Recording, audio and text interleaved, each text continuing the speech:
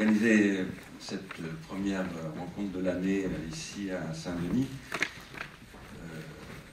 dans un contexte qui est caractérisé par ce que tout le monde connaît, ce que j'avais appelé par exemple dans l'invitation à participer à cette réunion, la Trumpisation en cours, qui est un sujet au cœur de notre discussion, puisque M. Trump se caractérise quand même avant tout par une position sur l'Anthropocène. Enfin, avant tout, il y a des gens qui diraient non, c'est pas, il y a d'autres choses plus importantes, mais moi je crois que si, c'est ça qui est le plus déterminant dans sa position. Donc il y a des éléments de contexte de cet ordre-là, il y a des éléments de contexte de l'ordre de ce que nous faisons à Saint-Denis, enfin à Saint-Denis, pas à Saint-Denis simplement, à Pleine Commune. Quand je dis nous, je parle de Ars Industrialis et de l'Institut de Recherche et d'Innovation, et donc de pharmacon.fr aussi, qui est lié à tout ça, puisque nous avons démarré, vous le savez déjà, mais je le répète pour ceux qui ne le sauraient pas, nous avons démarré depuis le 2 novembre dernier un travail qui normalement devrait durer 10 ans ici, et dont les problématiques sont précisément ce dont nous allons parler aujourd'hui, les problématiques fondamentales.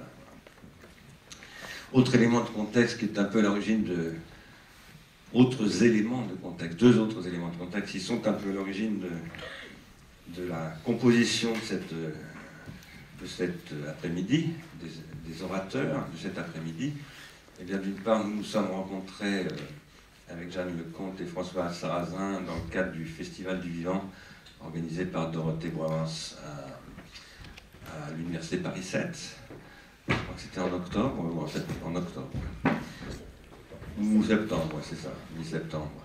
Et donc, bon, moi j'y suis malheureusement, j'avais pas pu les écouter parce que en fait, je ne pouvais que faire ce que je déteste que l'on fasse, c'est-à-dire faire son petit numéro et repartir. Bon, voilà, vous n'avez pas le choix, donc c'était ça ou rien. Et, mais par contre, nous avons discuté après mon passage là, et en particulier en ce qui concerne la position qu'on doit prendre par rapport à l'Anthropocène, pour le dire très sommairement, ils le diront autrement et bien mieux que moi, mais faut-il accepter, si je puis dire, de rester dans l'Anthropocène? Est-ce que l'Anthropocène est vivable? Pas simplement pour nous d'ailleurs, mais pour toutes les formes de vie. Alors il se trouve que pour ceux qui connaissent Ars Industrialis, c'est une position de base.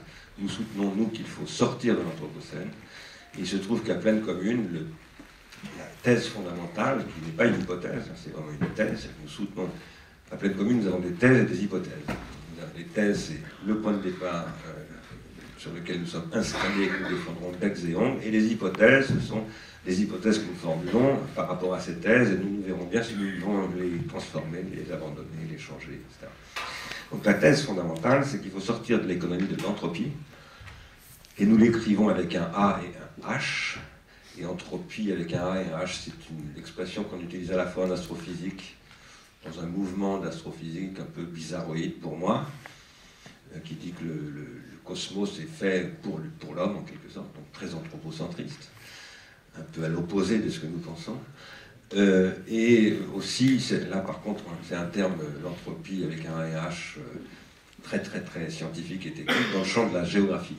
Par exemple, il y a à l'université de Boulogne, Côte d'Opale, je ne sais plus quoi, enfin dans le nord de la France, il y a une unité du CNRS qui s'appelle Géographie des milieux anthropisés. Voilà. Ce que nous soutenons, nous, c'est que l'entropie, eh bien, avec un A et un H, c'est aussi ce qui augmente l'entropie, avec un E, au sens de la thermodynamique, au sens de la théorie de l'information, au sens de la cybernétique, et au sens de la biologie telle qu'elle se définit, parfois en tout cas si on suit Schrödinger, comme entropie négative.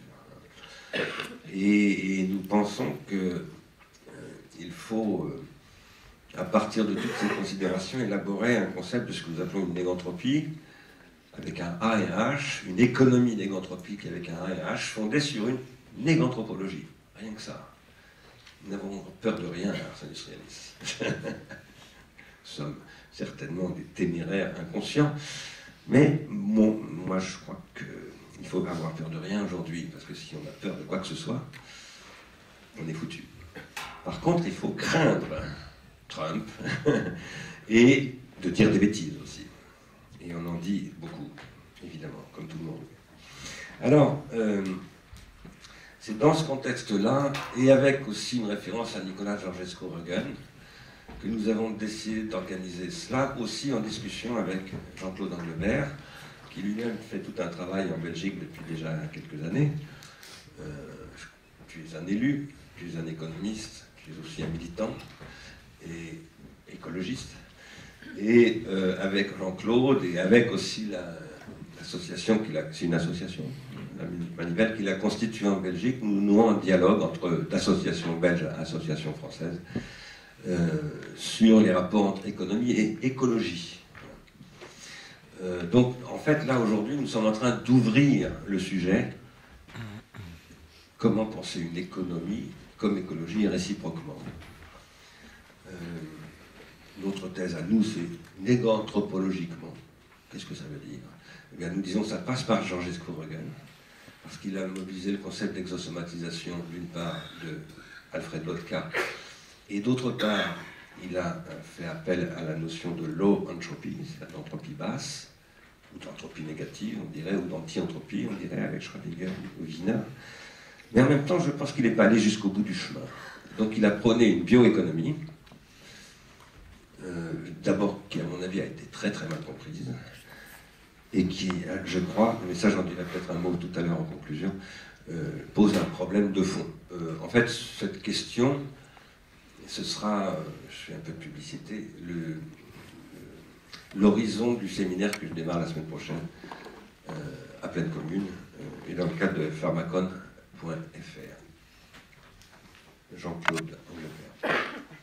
Jean-Claude qui a posé une question très importante, qui est celle de la hiérarchisation des effets de l'anthropocène, et d'une hiérarchisation dans le temps, et dans un rapport au temps. Car évidemment, toutes les questions, par exemple, tout à l'heure, François parlait des problèmes d'échelle, je crois que Jeanne en a aussi parlé, c'est un des grands débats, par exemple, des géologues, mais il n'est question que d'échelle dans tout ce dont nous parlons, et selon l'échelle à laquelle on parle, les problèmes ne se posent pas du tout dans les mêmes termes. Et par exemple, l'échelle géologique n'est absolument pas l'échelle, par exemple, des mammifères, voilà, qui sont très récents dans cette échelle, etc. Enfin, quand je dis géologique, excusez-moi, cosmique, je voulais dire, l'échelle de l'univers, etc., etc. On ne peut pas ne pas poser, quand on veut questionner la valeur, puisque finalement, on est tous les trois arrivés à cette question de la valeur, on ne peut pas le faire indépendamment de interroger les rapports au temps. Et un point important qu'a dit, je crois, Jean-Claude Anglebert, c'est que chez Georgescu-Roegen, cette question du temps n'est pas bien posée. Pas très bien posée. Il a souligné d'ailleurs un point aussi fondamental, c'est que chez Georgescu-Roegen, le concept d'entropie est étendu à la matière, et pas simplement à l'énergie, comme ce qu'il appelle entropie basse. C'est-à-dire en fait de l'énergie matérialisée et qui peut être consommée, qui est conservée et qui peut être consommée. Ici, je voudrais souligner un point, c'est que, à mon avis, enfin, selon moi, c'est dommage que Mismer ne soit pas là, parce qu'il m'aurait répondu, peut-être vivement contredit. Il n'y a pas de discours sur l'anti-entropie chez Georgescu-Roegen, à proprement parler, ce qui est assez étrange quand même. C'est assez étrange parce qu'on a l'impression qu'il ne se réfère ni à Schrödinger, ni à Wiener, ni à tous ces gens-là, ce qui est assez désarmant. Parce que si on utilise le concept d'entropie et qu'on veut parler de bioéconomie, comment se passer du concept d'entropie négative ou d'anti-entropie? Ça, c'est un peu étrange. Et je crois que si René Basset a pris ses distances avec Georgescu-Roegen, c'est sur ce point-là. Et d'ailleurs, je l'avais invité l'année dernière, il n'était pas très en forme, il n'est pas tout jeune. Mais peut-être qu'on essaiera de lui revenir. Vous parlez avec lui un petit peu? Non, je l'ai découvert très récemment. Ah bon, d'accord. Donc Basset connaissait bien Georgescu-Roegen, et il s'en est séparé, et en y intégrant la question des systèmes ouverts, justement, l'anti-entropie, etc. Alors, un autre point qu'a souligné Jean-Claude qui est très très important, c'est que depuis Georgescu-Roegen, enfin plus exactement depuis 1971, c'est-à-dire depuis le bouquin de Georgescu-Roegen qui s'appelle The Entropy Law and the Economic Process, est apparue l'équation des trois monstres de la finance, c'est-à-dire l'équation qui donne une valeur positive à l'entropie, c'est-à-dire la destruction, parce que l'entropie, c'est pour le vivant, c'est la destruction, pas seulement pour le vivant, mais pour toute organisation et tout ordonnancement du cosmos lui-même, cosmos voulant dire en grec aussi ordre, hein, c'est important de le rappeler. Et donc, il serait intéressant de se demander comment reprendre les termes de Georges Scourogan, et peut-être aussi de Passet, pour critiquer cette déséconomie de la valeur positive donnée à l'entreprise. Ça, c'est de la déséconomie, c'est de l'anti-économie, véritablement, qui est bien connue sous le nom de spéculation et critiquée depuis extrêmement longtemps, pas simplement depuis bien avant cette question-là. Je pense que c'est très important, et je pense qu'il est très important de construire un argumentaire, et non seulement une rhétorique, mais une argumentation, véritablement, de la critique du commerce de l'entropie. Parce que aujourd'hui, l'entropie est devenue un objet de commerce, tout comme l'esclavage, c'est un objet de commerce, la prostitution, l'héroïne, et c'est largement plus grave que ça. C'est largement plus grave, parce que au-delà de ces secteurs spécifiques que sont la prostitution, l'héroïne, l'esclavage, etc., c'est l'ensemble de l'écosystème terrestre, c'est-à-dire c'est la biosphère en tant que telle, qui est complètement détruite dans ses éléments de base de fonctionnement. Alors, face à cela, bon, nous, quand je dis nous, là je reviens à Ars Industrialis et à l'IRI, à pleine commune, c'est-à-dire sur ce territoire, qu'est-ce que nous disons? Nous discutions, nous négocions, nous, avec des industriels, avec ce qu'on appelle parfois le grand capital. Nous négocions parce que nous pensons que le grand capital européen, en particulier, est un grand perdant de ce qui est en train de se produire en ce moment, dans l'espèce d'hyper-déséconomie qui est en train de se produire, avec notamment le capitalisme des plateformes, et qu'il est temps d'ouvrir un discours de rationalité économique qui plaide pour une nouvelle solvabilité. Puisqu'en fait, voilà, comme l'a rappelé tout à l'heure Jean-Claude, par exemple les subprimes, tout ça, qui sont l'extrémisation de ce commerce de l'entropie, ça crée de la solvabilité à très très haute dose et donc une extrême dangerosité systémique, au sens financier du mot, qui s'aggrave énormément encore avec l'automatisation en tant qu'elle produit ce que j'appelle moi des systèmes autoréférentiels fermés. Et là j'intègre évidemment la théorie des systèmes qui montre, sur laquelle Passet s'appuie aussi, qui montre que les systèmes fermés ne sont des systèmes anthropiques précisément, et autodestructifs. Alors voilà, ça c'était un petit peu pour rappeler les termes de ce qu'avait introduit sur cette discussion avec Georges Scourogan, Jean-Claude Anglebert. Je ne vais pas avoir le temps de parler de ce que tu as dit de la guerre totale, de Nuremberg, etc., malheureusement, mais par contre, je vais aller très vite à la question de la sélection, puisque bien évidemment, c'est un discours sur la sélection populaire, avant toute chose. C'est une reprise délirante de Nietzsche, enfin, qui est un petit peu rendue possible chez Nietzsche lui-même, je ne vais pas le nier. Là où je vais maintenant dire une chose qui peut être dérangeante, c'est qu'il y a de la sélection, il y en a toujours.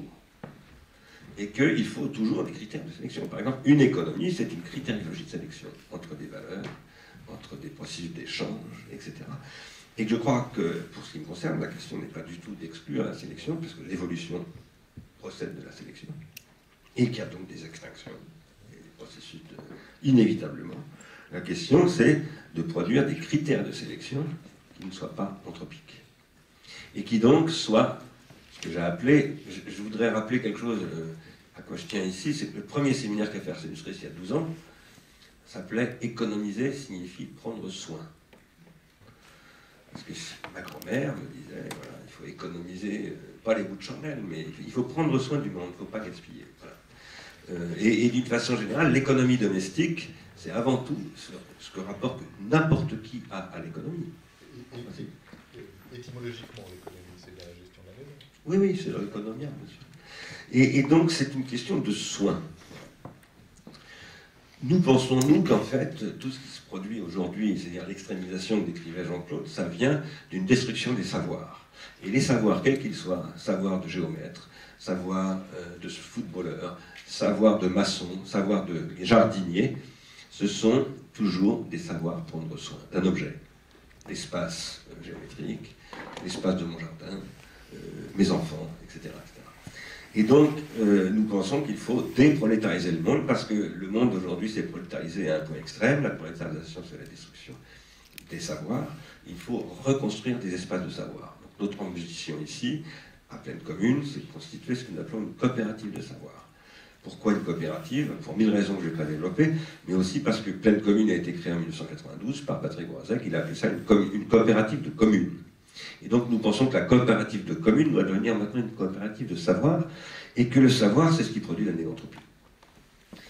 Mais ici, je voudrais introduire le cœur du sujet pour moi, qui est le concept d'entropie, les concepts d'entropie et négantropie. Avant d'y venir, je voudrais reprendre ce que disait Jeanne Lecomte, à savoir que l'écologie scientifique, c'est l'étude des interactions avec l'environnement. Vous avez introduit ensuite le concept de relation. La relation est un type d'interaction, mais toute interaction n'est pas de relation. En physico-chimie, il n'y a pas de relation, mais il y a des interactions. Il y a un type très important dans les discussions que nous avons ici, qui est Vernadsky, puisque c'est un des premiers à avoir posé ces questions.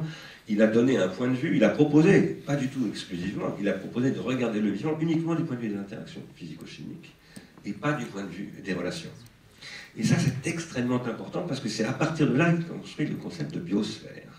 C'est-à-dire comme une localité dans le cosmos qui produit ce que le reste du cosmos ne peut pas produire, à savoir des produits chimiques, des réalités chimiques, voilà, qui ne s'agencent là que dans cette localité écosystémique.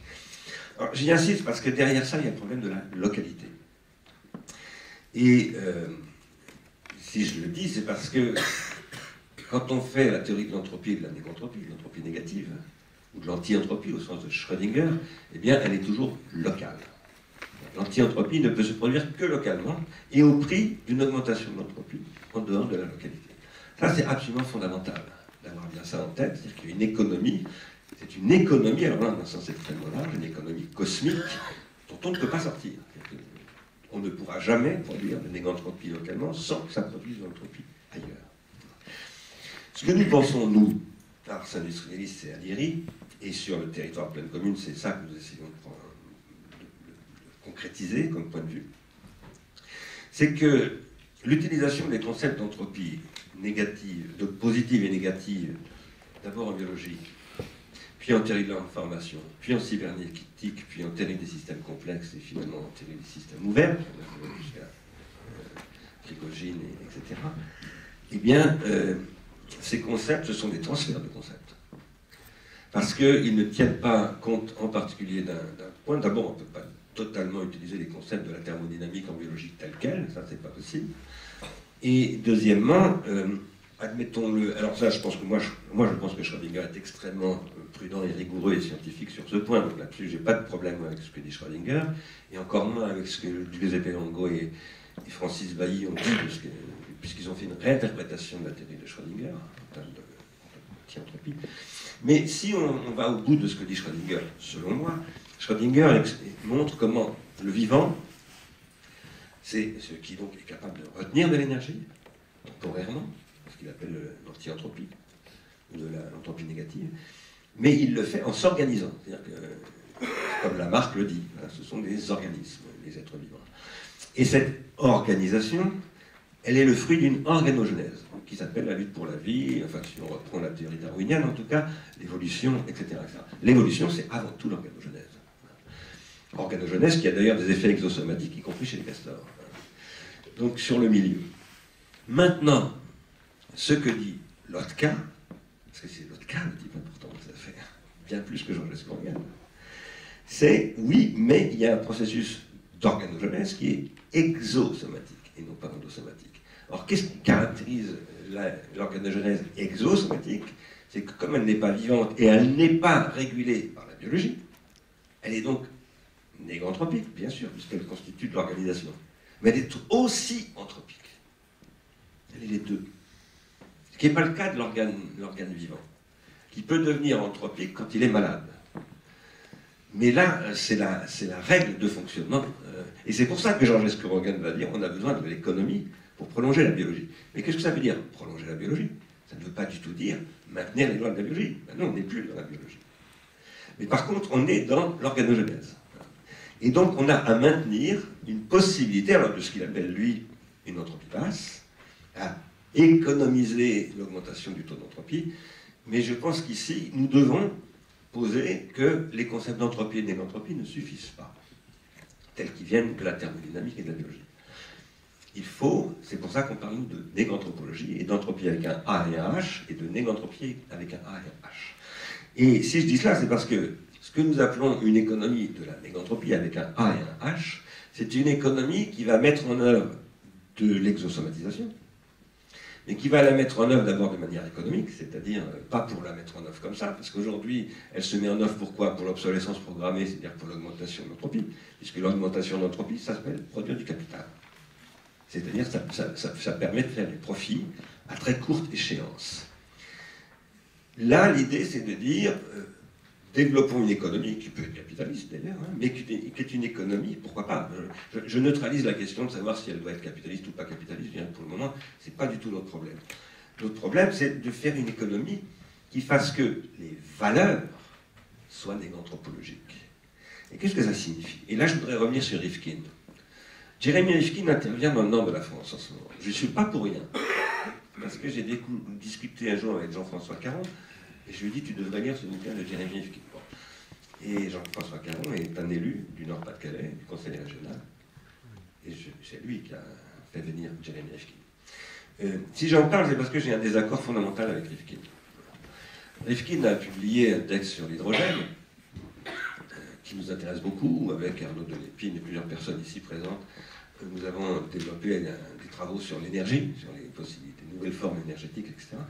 Mais Jérémy Rifkin dit, en gros, dans ce texte sur l'hydrogène, et puis dans un petit texte plus court qu'il a prononcé, je ne sais plus où, voilà, il n'y a pas de problème d'énergie avec l'énergie solaire et le stockage, le vecteur de stockage de l'hydrogène, etc., etc. Or, il se trompe de problème. Le problème, ce n'est pas l'énergie libre qu'il faudrait, comment est-ce qu'on va voilà, transformer, lier de l'énergie libre, etc. C'est l'énergie lipidinale. Et c'est pour ça qu'il faut lire Georges Bataille. Parce que qu'est-ce qui fait que les gens consomment énormément de CO2? C'est parce que leur désir a été transformé en pulsion. Et donc ils n'arrivent pas à lier, non pas l'énergie libre, mais les pulsions, l'énergie pulsionnelle. Et là, je reviens au nazisme, parce que j'ai ouvert une grande discussion, disons que j'ai ouvert une discussion avec Deleuze et Guattari sur l'interprétation de Reich, lui-même interprétant le nazisme comme un désir des Allemands, ce que j'ai complètement refusé, pas du tout le désir des Allemands, c'est la pulsion des Allemands qui a été suscitée par cet instinct de mort, enfin cette pulsion de mort que le nazisme constitue. Alors, tout ce que j'essaye de vous dire là, c'est j'essaye d'ouvrir une discussion dans le long terme, parce que ce sont des questions évidemment extrêmement complexes, qui consiste à poser que le vrai sujet, selon nous, de l'état, de ce que c'est que l'anthropocène. D'abord, l'anthropocène, c'est un capitalocène, en effet. Ça ne se réduit pas mal au capitalocène, c'est ce que nous dit Arsène Israël, quelqu'un qui n'a pas pu venir aujourd'hui, qui est Paolo Vignola, il a raison de le dire, mais c'est un capitalocène. Et qu'est-ce que c'est que le capitalocène? C'est le calcul, comme loi, de tous les échanges, c'est-à-dire de tout type d'interaction et de tout type de relation. Or, le vivant n'est pas calculable.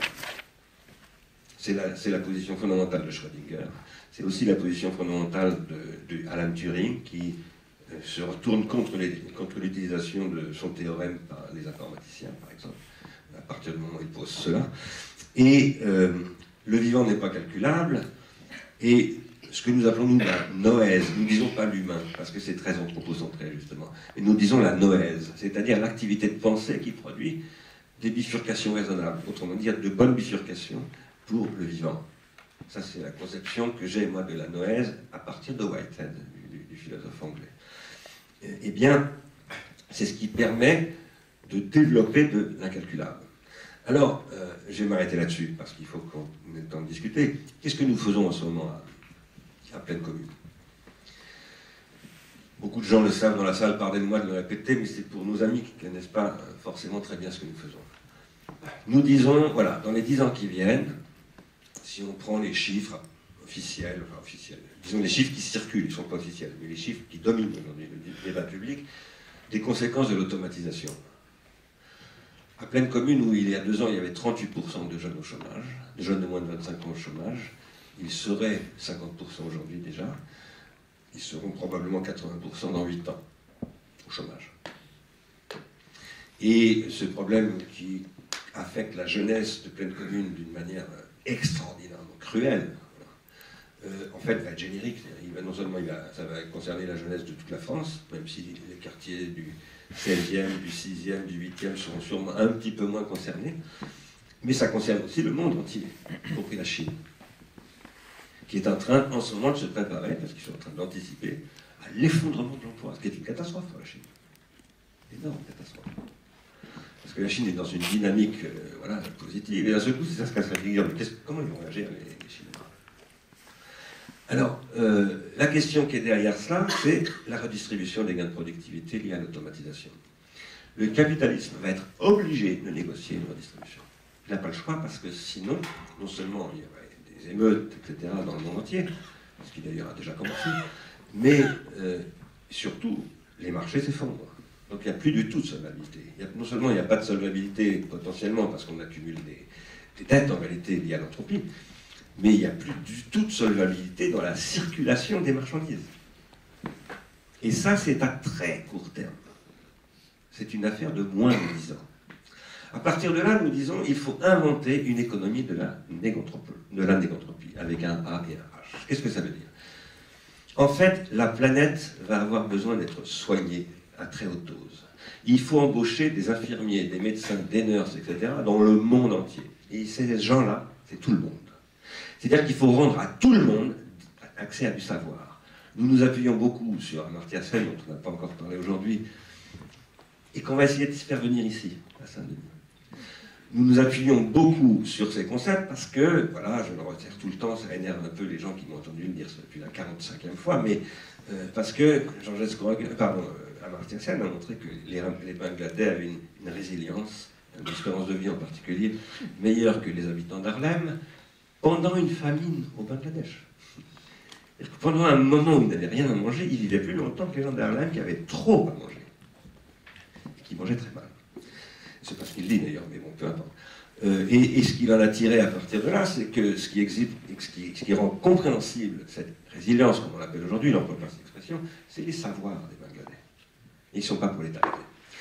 Un savoir, qu'est-ce que c'est? C'est un savoir prendre soin de ce qui m'entoure, de mon environnement. Tout comme, par exemple, les fameux Indiens et les ressources halieutiques dont parlait Elinor Ostrom, les chasseurs de phoques dont j'ai parlé moi dans un livre, et qui sont dans une relation à l'animal où ils s'excusent de le tuer, et où ils lui demandent de protection, etc. etc. C'est-à-dire que c'est un rapport à l'environnement absolument différent. Nous pensons qu'il est possible de construire un rapport à l'environnement de ce type-là sur un mode industriel. Pourquoi sur un mode industriel? Eh bien parce que l'économie du logiciel libre, qui est une économie de savoir et non pas de prolétarisation, et c'est la première économie industrielle qui est fondée sur le partage et l'augmentation du savoir et non pas la prolétarisation. C'est là que la théorie des communs, et René d'ailleurs a connu sa renaissance. Eh bien, c'est une économie de la négantropie. Et c'est une économie industrielle. Et c'est une économie qui est détournée aujourd'hui largement par ce qu'on appelle l'open source, qui n'est pas la même chose, etc. Mais c'est une économie qui repose sur l'augmentation du savoir et des pratiques de soins, des pratiques collectives de soins. Donc c'est ça que nous essayons de développer, et je terminerai en disant que nous considérons que au-delà de la biodiversité, il y a quelque chose qui n'est pas simplement une branche de la biodiversité, mais une mutation de la biodiversité que nous appelons la noodiversité. C'est-à-dire que vous savez bien que, en principe, dans le champ scientifique, je dis en principe parce qu'aujourd'hui, c'est pas forcément toujours vrai, mais normalement, dans le champ scientifique, on protège la diversité des points de vue. Non seulement on la protège, mais on la cultive. C'est-à-dire qu'on est avant tout là pour cultiver des points de vue singuliers. Et ça, c'est quelque chose qui est revendiqué depuis Socrate, dans la tradition occidentale. Il n'y a pas que la tradition occidentale. Je parle de celle-là parce que je la connais. Socrate, c'est mon job. Mais c'est la non-diversité. Or, ce que produit en particulier le capitalisme le plus récent, c'est de la destruction de cette autre diversité. C'est l'université, en ce sens, et non pas la diversité, la no-université, qui est en fait la rationalisation, ce que Adorno appelait la rationalisation qui se substitue à la raison. Pourquoi? Parce qu'on remplace la raison par le calcul. Et là, je redis un truc que j'aime bien toujours dire, c'est pour la bonne bouche, c'est-à-dire pour la prochaine fois, la raison chez Kant, c'est pas le calcul. Le calcul, c'est une dimension d'entendement, et la raison, c'est ce qui va toujours au-delà du calcul, parce que Kant dit une pensée rationnelle n'est jamais seulement calculable. Pourquoi? Parce qu'elle est toujours gouvernée par le règne des fins, par la question des finalités, qui, chez les êtres vivants, évidemment, est absolument la question originale. On ne peut pas dire qu'une pierre a une finalité, mais il n'y a pas de doute qu'une fourmi, même si ça veut dire qu'elle a une conscience, est orientée dans son mouvement par une finalité et non pas par les causes physiques. Voilà, bon, je voulais dire cela juste en fait pour rebondir sur ce que vous disiez. J'aurais aimé dire encore un mot, je le dis juste comme ça. Tu parlais de la politique de la terre brûlée. Les plateformes, c'est ce qu'elles produisent aujourd'hui. C'est-à-dire qu'elles sont en train de détruire toute la biodiversité en la pompant. Mais elles la détruisent à l'échelle planétaire et après il ne restera plus rien du tout. Parce que sur Mars, il n'y a rien. Voilà. Donc on est confronté à ça et je pense que nous avons à être offensifs, à être tout à fait combatifs. Il ne faut pas se dire on est mal parti, etc. Non, plus que jamais, nous pouvons nous bagarrer parce que ce système est à ses limites. Et en fait, tout le monde le sait. Sauf Trump. Peut-être.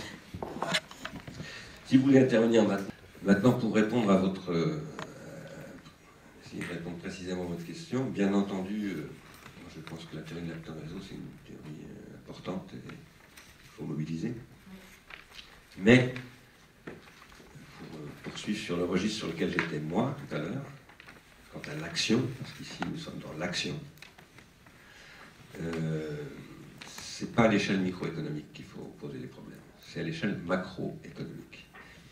Et donc, ces démarches-là de l'acteur réseau, elles sont locales.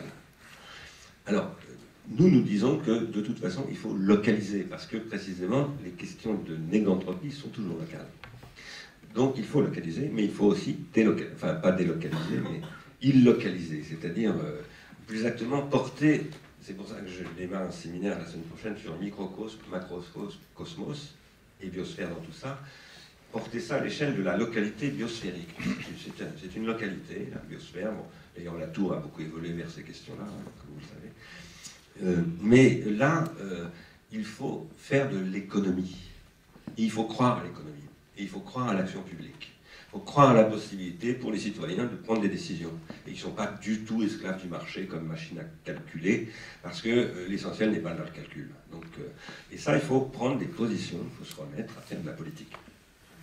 Et ça, c'est pas la théorie de l'acteur réseau qui peut le résoudre. C'est la possibilité, tout à l'heure, voilà, vous avez souligné, je voulais y revenir, j'ai pas eu le temps parce que je voulais qu'on ait une discussion, mais voilà, on parle de bioéconomie aujourd'hui, c'est pas du tout ce dont parle Georges Escouragan, les bioéconomies dont on parle aujourd'hui, c'est comment on asservit le vivant à un modèle sans rien changer au modèle économique. Il faut changer le modèle économique. Il n'y a pas d'autre solution. Et ça ne veut pas dire ça, faire la révolution et on renverse tout et on fait le grand soir. Non. Ça veut dire qu'il faut changer les critères de sélection. Un modèle économique, ça élabore des critères de sélection. Les critères de sélection dans le modèle économique capitaliste, c'est calculable. Seul ce qui est calculable est pris en compte et valorisable. Et bien dans la néganthropologie que nous revendiquons pour développer une économie de la négantropie, au contraire, ce qu'on valorise, c'est l'incalculable. C'est-à-dire ce qu'on appelle aussi le singulier.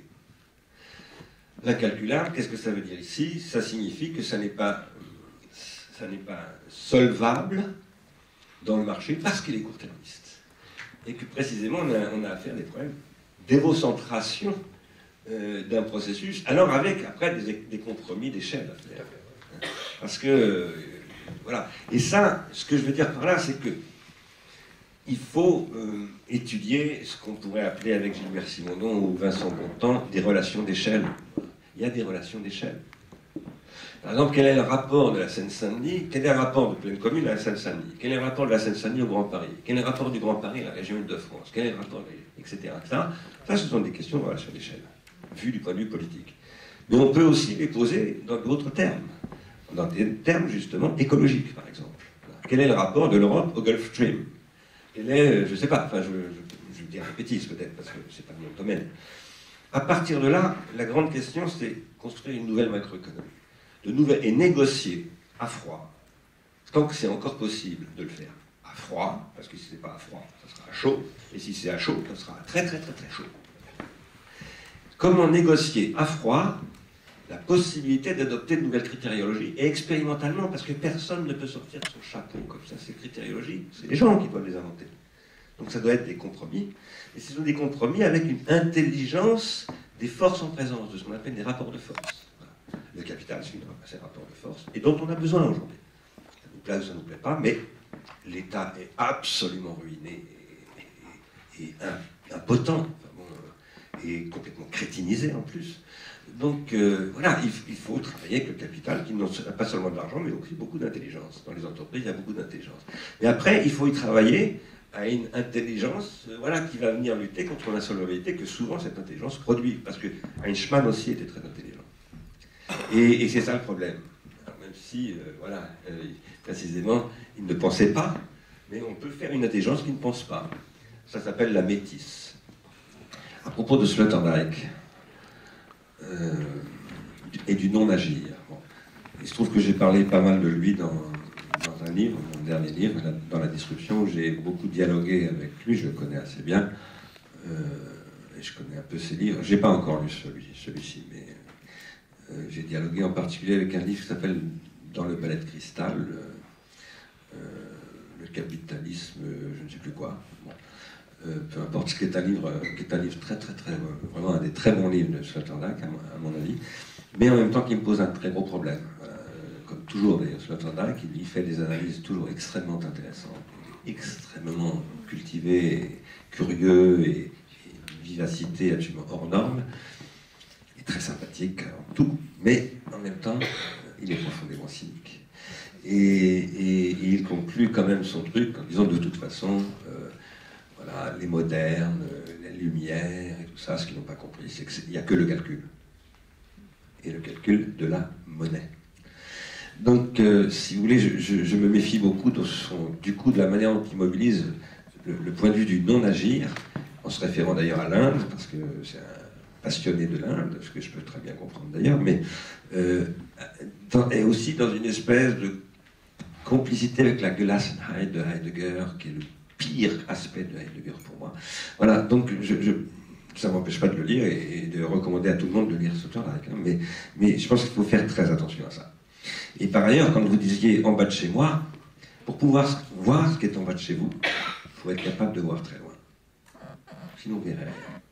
Ce qui fait la vision, c'est la profondeur de champ. Et donc, et là, la vision, je parle de la vision noétique.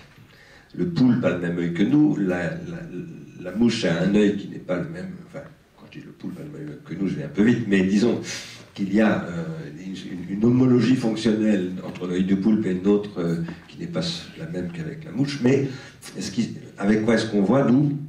Avec les musées, pas avec notre œil.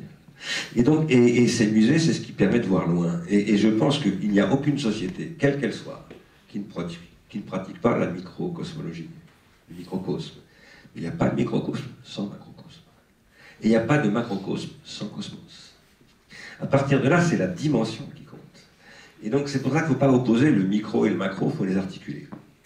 Et le problème c'est un peu le problème que j'ai avec Latour, d'ailleurs. Hein. Il est d'ailleurs très copain avec Sloterdijk. C'est qu'ils disent qu'il n'y a pas de macro. Il ne faut pas se mêler de macro, la politique c'est terminé, c'est archi faux. Et ça, c'est dire, allez-y, les plateformes, pratiquer la terre brûlée, il n'y a pas de limite. Si, il y a des limites, il faut mettre des limites. Et il faut nous battre pour ça. Alors après, sur redonner la foi dans les systèmes audiovisuels, oui, archi d'accord, nous y travaillons beaucoup à l'Institut de recherche et d'innovation depuis les débuts d'ailleurs. Nous avons d'ailleurs développé des outils pour ça. Et en plus, la pleine commune, eh bien, c'est un sujet de discussion en ce moment avec des radios et des télévisions, mais aussi avec des producteurs audiovisuels. Et ça fait vraiment partie des choses sur lesquelles nous travaillons, de développer ce que nous appelons des technologies contributives qui soient véritablement au service de la construction du savoir, mais pas avec les standards de la production audiovisuelle classique, évidemment. Donc absolument d'accord, ça c'est très très important. Nous y travaillons aussi avec le CEA sur comment faire connaître l'astrophysique à France Télévisions en ne montrant pas une image en disant vous voyez une exoplanète, alors que c'est pas du tout une exoplanète, c'est une reconstitution, c'est une simulation, etc. Comment on fait pour que voilà, l'audiovisuel redevienne éventuellement, pas seulement éventuellement, mais indispensablement au service de la production de l'intelligence, quoi. Nous pensons que c'est tout à fait possible. C'est d'ailleurs le point de départ d'Arcel Chalice. Nous avons commencé en disant ça il y a 12 ans. Nous avons dit c'est pas du tout une fatalité que la télévision et que la radio nous crétinisent. Maintenant, il faut rajouter le web, les smartphones, les réseaux sociaux. Mais c'est notre point de départ. Donc, archi d'accord avec ça. Alors après, Dorothée, bah, oui, nous sommes en plein là-dedans, en pleine commune. Il faut que tu viennes voir ce qui s'y passe et que tu lises un peu ce qu'on écrit. Parce que nous sommes exactement là-dedans. Nous n'en parlons pas beaucoup, parce que nous ne parlons pas beaucoup. Nous faisons beaucoup de choses. Et nous essayons de faire beaucoup de choses. Pas trop de com, on s'en méfie beaucoup de la com. Mais par contre, nous essayons de concrétiser des choses et de négocier, parce que les années qui viennent, c'est de la négociation qu'il faut faire. Et ce n'est pas de la négociation spectaculaire, c'est de la négociation rationnelle. Après, avec, bien sûr, peut-être la nécessité, par exemple, de pointer du doigt des mensonges, etc. Ça, on ne s'en prive pas, ça, de toute façon. On n'arrête pas de faire ça. Mais voilà, nous avons des démarches assez précises là-dessus. Après, les externalités, bon, c'est un concept dont on peut beaucoup se méfier. Et c'est aussi un concept qui peut être utile. Tout est pharmacologique. Pourquoi? Parce que sur quoi repose, par exemple, l'économie de la nécantropie, c'est la valorisation des externalités positives et sur des voies qui ne passent pas justement par l'emploi, puisque l'emploi, il n'y en a plus. Donc, enfin, il n'y en a plus. Il y en a encore, mais il y en aura de moins en moins. Et donc, il faut inventer de nouveaux modèles macroéconomiques, de nouveaux systèmes de comptabilité nationale, par exemple. Des choses extrêmement concrètes. C'est à ça que nous travaillons. C'est pour ça que nous avons, par exemple, un économiste qui travaille sur une nouvelle formule économétrique, des choses dont on discute aussi beaucoup avec Jean-Claude. Et il faut être très concret, très précis. En face de nous, il y a des gens très concrets et très précis. Et il faut être plus concret et plus précis qu'eux.